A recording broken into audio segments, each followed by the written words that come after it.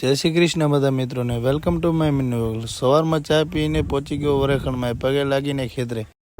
વરેખણમાં દર્શન કરી લીધો છે અને ખેતરે આંટો મારી લઈ. ઘણા દિવસ પછી ખેતરે આવ્યો. ખેતરમાં બાજરી વાવી છે. વરસાદ સારો થયો એટલે બાજરી સારી એવી ઉગી આવી છે. ગુડે આવી ગઈ બાજરી. તો તમને પણ બતાવી દઉં બાજરી. જોઈ શકો છો મિત્રો, મારું ખેતર છે. બાજરી વાવી છે. ઘણા દિવસે પછી હું તો આજે આવ્યો છું. બાજરી વાવી અને દોઢ મહિનો થઈ ગયો છે. આમ તો મારું ખેતર ગામની સાવ નજીક જ છે.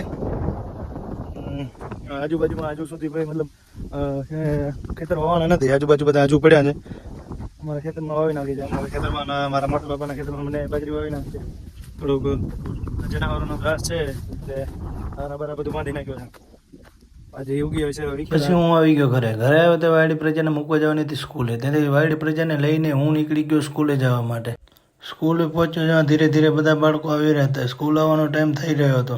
સ્કૂલે પહોંચ્યો જ્યાં તો બધા વિદ્યાર્થી મને ઘેરી લીધો અને પૂછવા લાગ્યા કે હવે પ્રેક્ટિસ કરાવવા ક્યારે આવીશ. પછી બપોરે નાહી ધોઈને જમીને હું ને વીકેમેન નીકળી ગયા સાંતલપુર જવા માટે અને થોડી વારમાં પહોંચી ગયા સાંતલપુર. મિત્રો આજે સાંતલપુર આવી ગયો હતો અને ઘણા ટાઈમ પછી કાનજીભાઈની શોપની મુલાકાત લીધી હતી.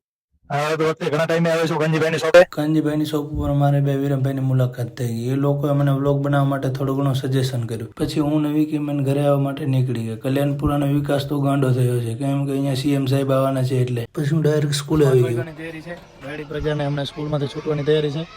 જીબી આવી ગયા હતા વાયડી પ્રજાને લેવા માટે. બસ હવે હમણાં છૂટીને આવવાના છે, તૈયારીમાં છે. મિત્રો 5 વાગી ગયા છે અને બધા વિદ્યાર્થીઓ છૂટી ગયા છે. બધાને ચહેરા પર ખુશીનો માહોલ સર્જાયો છે. નાનપણમાં આપણે પણ આવા જ રાજી થતા હશું. મારી વાયડી પ્રજા હજુ આવી નથી, આવે પછી લઈને જાય.